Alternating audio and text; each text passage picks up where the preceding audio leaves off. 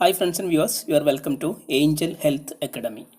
The subject I have been selected today is Management of Nursing Service and Education. Topic is Principles of Management. Henry ഫോയലിൻ്റെ 14 principles ആണ് principles of management എന്ന് common ആയിട്ട് അറിയപ്പെടുന്നത്. ഏതൊരു ഓർഗനൈസേഷൻ്റെയും success അവർ follow ചെയ്യുന്ന പ്രിൻസിപ്പിൾസിനെ അടിസ്ഥാനമാക്കിയിരിക്കും. Well, let us move to the topic. The mnemonic I have been set for this: Dad, you are so sick. Use Ecosprin capsule. So, Dad, you are so sick. Use Ecosprin capsule. Well, let us expand this. D stands for division of work. A stands for authority. D stands for discipline. U stands for unity of command. R stands for remuneration of personnel. S stands for subordination of individual interest to general interest. O stands for order. S stands for scalar chain. I stands for initiative. C stands for centralization vs decentralization and decentralization. U stands for unity of direction. S stands for stability of tenure. E stands for equity. Ecosprin capsule stands for Esprit de Corps. So the 14 principles of Henry Fayol are division of work, authority, discipline, unity of command, remuneration of personnel, subordination of individual interest to general interest, order, scalar chain, initiative, centralization and decentralization, unity of direction, stability of tenure, equity and esprit de corps. So first one, division of work or labor. ഏതൊരു ഓർഗനൈസേഷനും പല രീതിയിലുള്ള works ഉണ്ടാവും, functions ഉണ്ടാവും. So these works have to be divided either individually or in a group of people. അങ്ങനെയാണെങ്കിൽ ആ group എടുക്കുന്ന efforts നമുക്ക് മനസ്സിലാക്കാൻ പറ്റും. ആ വർക്ക്സിൽ നമ്മൾ സ്പെസിഫിക് ആയിട്ട് അറ്റൻഷൻ കൊടുക്കാൻ പറ്റും, ഫോക്കസ് ചെയ്യാൻ പറ്റും. ഹെൻറി ഫയൽ സ്ട്രെസ് ചെയ്യുന്ന ഒരു point, work specialization is the best way to use the human resource in the organization. ഒരു ഓർഗനൈസേഷൻ്റെ ഏറ്റവും വലിയ റിസോഴ്സ് ഹ്യൂമൻ റിസോഴ്സ് തന്നെയാണ്. അവരുടെ വർക്ക്, അവരുടെ കഴിവ് മാക്സിമം യൂട്ടിലൈസ് ചെയ്യുക, ബെസ്റ്റ് വേയിൽ നല്ല രീതിയിൽ യൂട്ടിലൈസ് ചെയ്യുക എന്നുള്ളതാണ് ഒരു ബിസിനസ്സിൻ്റെ, ഒരു ഓർഗനൈസേഷൻ്റെ സക്സസ് എന്നാണ് ഹെൻറി ഫയൽ പറയുന്നത്. The second principle is authority. അതോറിറ്റിയും അതുപോലെ റെസ്പോൺസിബിലിറ്റിയും ക്ലോസ്ലി റിലേറ്റഡ് ആണ്. അവ തമ്മിൽ ഒരു പരസ്പര ബന്ധമുണ്ട്. അതോറിറ്റി എന്ന് പറഞ്ഞാൽ right to give orders and the power to exact obedience. Authority ഉള്ള ആൾക്ക് ഓർഡർ കൊടുക്കാൻ പറ്റും, അതുപോലെ സബോർഡിനേറ്റ്സിനെ അനുസരിപ്പിക്കാനും കഴിയും. Then responsibility involves being accountable. Responsibility എന്ന് പറഞ്ഞാൽ നമ്മളൊരു കാര്യം ഏറ്റെടുത്താൽ അത് കംപ്ലീറ്റ് ചെയ്യുക, അത് നമ്മൾ അക്കൗണ്ടബിൾ ആണ്, നമ്മളത് കംപ്ലീറ്റ് ചെയ്തേ തീരും. സോ ഇൻ ആൻ ഓർഗനൈസേഷൻ ആർക്കൊക്കെ അതോറിറ്റി ഉണ്ട് അവർക്കെല്ലാം റെസ്പോൺസിബിലിറ്റി ഉണ്ട്. Vested responsibility they have and they are accountable to fulfil that. The third principle is discipline. Discipline ഇല്ലാണ്ട് നമുക്ക് ഒരു ഓർഗനൈസേഷനും മുന്നോട്ട് സക്സസ് ആയിട്ട് കൊണ്ടുപോകാൻ പറ്റില്ല. സോ ജുഡീഷ്യൽ പെനാൽറ്റി അല്ലെങ്കിൽ പണിഷ്മെൻറ്റ് വളരെ ആവശ്യമാണ്.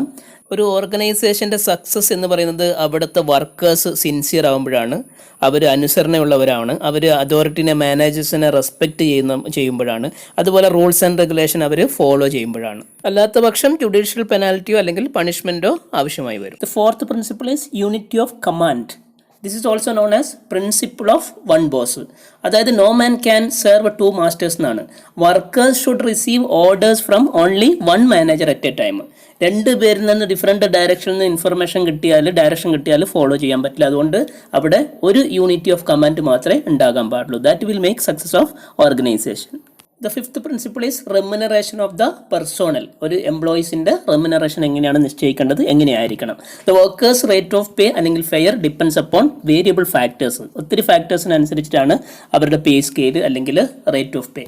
ഒന്നാമത് കോസ്റ്റ് ഓഫ് ലിവിങ്, പിന്നെ general business condition of that organisation, then success of business, പിന്നെ അവർ കൊടുക്കുന്ന provisions like free education, medical, residential facilities, പിന്നെ അതുപോലെ harmonious relationship and pleasing atmosphere in the working situation. Both എംപ്ലോയീസിനും എംപ്ലോയറും സാറ്റിസ്ഫാക്ഷൻ ആയിരിക്കണം, ആ രീതിയിലായിരിക്കണം റെമ്യൂണറേഷൻ കൊടുക്കേണ്ടത്. The sixth principle is subordination of individual interest to general interest. ഒരു ഓർഗനൈസേഷൻ ഒരു കോമൺ ഇൻട്രസ്റ്റ് ആണ്, അതാണ് ഇമ്പോർട്ടൻറ്റ്. ഒരു ഇൻഡിവിജ്വൽ വ്യക്തിയുടെ ഇൻട്രസ്റ്റ് ഇമ്പോർട്ടൻ്റ് അല്ല. So interest of one person is not so important or the priority over the interest of the organization. അപ്പോൾ ഓർഗനൈസേഷൻ്റെ goals, ഓർഗനൈസേഷൻ്റെ ഒബ്ജക്റ്റീവ്സ്, വിഷൻ ഫോളോ ചെയ്യുന്ന രീതിയിലായിരിക്കണം. The seventh principle is order. Order എന്ന് പറഞ്ഞാൽ ഒരു സിസ്റ്റമാറ്റിക് ആയിരിക്കണം ഒരു ഓർഗനൈസേഷൻ്റെ എല്ലാ ഫങ്ഷൻസും. So arrangement of things are called material order എന്നും arrangement of people are called social order എന്നും. മെറ്റീരിയൽസ് എന്ന് പറഞ്ഞാൽ അത് സേഫ് ആയിരിക്കണം, അപ്രോപ്രിയേറ്റ് ആയിരിക്കണം, എല്ലാ സ്പെസിഫിക് പ്ലേസിനും സ്പെസിഫിക് മെറ്റീരിയൽസ് ഉണ്ടായിരിക്കണം. അതുപോലെ ഹ്യൂമൻ ബീങ്ങിനെ എംപ്ലോയീസിനെ സെലക്ട് ചെയ്യുമ്പം selection, appointment, most suitable person for that specific job, ആരാണോ അതിൽ ആപ്റ്റായ അങ്ങനെയുള്ള വ്യക്തികളെയാണ് ആയിരിക്കണം തിരഞ്ഞെടുക്കേണ്ടത്. ഒരു സ്പെസിഫിക് വർക്കിൻ്റെ മെറ്റീരിയൽസിനെയും പീപ്പിൾസിനെയും അത് ചെയ്യുന്ന പീപ്പിൾസിനെയും ഈക്വൽ ആയിട്ട് കൺസിഡർ ചെയ്യണം for the sake of efficiency and coordination. 8th principle is scalar chain. ഒരു ഓർഗനൈസേഷൻ്റെ എല്ലാ ഓർഡറുകളും അതുപോലെ ഇൻസ്ട്രക്ഷനുകളും സ്കാലാർ ചെയിനിലൂടെ വേണം പോകാൻ വേണ്ടിയിട്ട്. ടോപ്പ് ടു ബോട്ടം ആയിരിക്കണം, അല്ലെങ്കിൽ ഒരു ബോട്ടം ടു ടോപ്പിൽ ഒരു ഹയറാർക്കി പ്രകാരമായിരിക്കണം. ആ ഓർഗനൈസേഷൻ്റെ എല്ലാ മാനേജേഴ്സും ഈ സ്കാലാർ ചെയിൻ്റെ പാർട്ടായിരിക്കും. അതായത് ഫ്രം ഫസ്റ്റ് ലൈൻ സൂപ്പർവൈസർ തൊട്ട് ദ പ്രസിഡന്റ് അല്ലെങ്കിൽ MD അല്ലെങ്കിൽ ഡയറക്ടർ വരെ. Then each managers possess a certain amount of authority. എല്ലാവർക്കും ഒരു പർട്ടിക്കുലർ ഒരു സ്പെസിഫിക് അതോറിറ്റി ഉണ്ടായി. So the communication has to travel, has to pass low level manager to upper level manager. Low level managers അവരുടെ, അതായത് സബോർഡിനേറ്റേഴ്സ്, അവർ പ്രോപ്പറായിട്ട് അവരുടെ സുപ്പീരിയേഴ്സിനെ inform ചെയ്യണം. അങ്ങനെ സ്കാലാർ ചെയിൻ ഫോളോ ചെയ്തുകൊണ്ടിരിക്കണം. Existence and adherence of scalar chain is the mandatory for the success of the organization. So the 9th principle is initiative. Management has to take steps to encourage the workers initiative. എല്ലാ വർക്കേഴ്സിനെയും initiative എടുക്കാൻ management പ്രോത്സാഹിപ്പിക്കണം. So the managers അല്ലെങ്കിൽ the workers പുതിയ റോള് സെൽഫായിട്ട് സ്വീകരിക്കാൻ തയ്യാറാകുന്ന വിധത്തിൽ ഇനിഷ്യേറ്റീവ് ഉണ്ടാകുന്ന രീതിയിൽ മാനേജ്മെന്റ് സപ്പോർട്ട് ചെയ്യണം. അതിനുള്ള അവസരങ്ങൾ ഉണ്ടായിരിക്കണം, അതിനുള്ള നല്ലൊരു അറ്റ്മോസ്ഫിയറും കൂടി ആയിരിക്കണം. ദ അറ്റ്മോസ്ഫിയർ ഓഫ് ട്രസ്റ്റ് ഓർഗനൈസേഷനിൽ ഉണ്ടാകണം. The 10th principle is centralisation and decentralisation.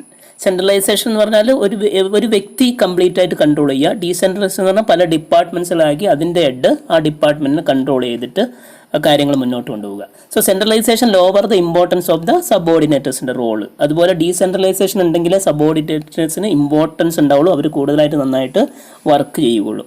So degree of centralisation ഒരു ഓർഗനൈസേഷനിൽ എത്രമാത്രം വേണം എന്നുള്ളത് depends upon the specific organization അനുസരിച്ചായിരിക്കും. That varies.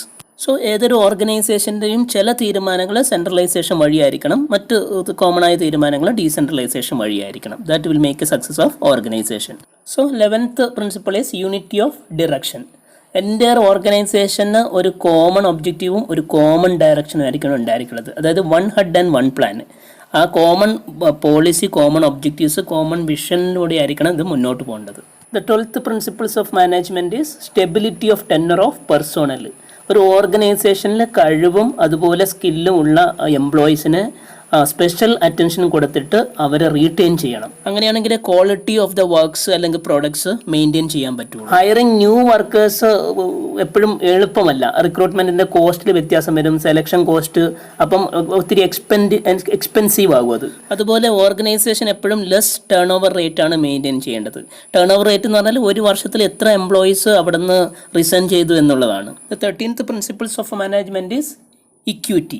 എല്ലാ എംപ്ലോയീസിനെയും ഡിസ്ക്രിമിനേഷൻ ഇല്ലാണ്ട് ഈക്വലായിട്ട് കൺസിഡർ ചെയ്താലേ ഒരു ഓർഗനൈസേഷൻ സക്സസ് ആവുകയുള്ളൂ. ബിക്കോസ് എല്ലാ തരത്തിലുള്ള എംപ്ലോയീസിൻ്റെയും സർവീസസ് ഒരു ഓർഗനൈസേഷന് ആവശ്യമാണ് അതിൻ്റെ സക്സസ്സിന് വേണ്ടി. So the 14th principle of management is esprit D corps. Management എപ്പോഴും എംപ്ലോയീസിന് വേണ്ട നല്ലൊരു കോണ്ടിസീവ് എൻവയോൺമെൻറ്റ്, സാറ്റിസ്ഫാക്ടറി എൻവയോൺമെൻറ്റ് അവിടെ പ്രൊവൈഡ് ചെയ്യണം. Because success of any organisation is directly depend upon the employee satisfaction and happiness. So the management has to encourage the harmony and general good feeling of the employees and team spirit among employees. അതായത് we feeling. So team spirit ഉണ്ടെങ്കിൽ employees automatically they work harder. So these are the 14 principles of management. So നിങ്ങൾക്ക് ഈ video beneficial ആണെന്ന് വിചാരിക്കുന്നു. അങ്ങനെയാണെങ്കിൽ നിങ്ങൾ subscribe ചെയ്യാൻ മറക്കരുത്. തൊട്ടടുത്തുള്ള ബെല്ലൈക്കണും കൂടി ഒന്ന് പ്രസ് ചെയ്യുകയാണെങ്കിൽ ഞാൻ അപ്ലോഡ് ചെയ്യുന്ന ഓരോ വീഡിയോ ഉടനടി നിങ്ങൾക്ക് നോട്ടിഫിക്കേഷനായിട്ട് ലഭിക്കും. അതുപോലെ നിങ്ങളുടെ ഫ്രണ്ട്സിന് ഷെയർ ചെയ്യാനും മറക്കരുത്. നല്ല വീഡിയോ ആണെങ്കിൽ ലൈക്ക് ചെയ്യാനും മറക്കരുത്. Thank you so much. മറ്റൊരു പുതിയ വീഡിയോയുമായി വീണ്ടും കാണുന്നവരെ സ്റ്റേ ട്യൂൺ വിത്ത് ഏഞ്ചൽ ഹെൽത്ത് അക്കാഡമി.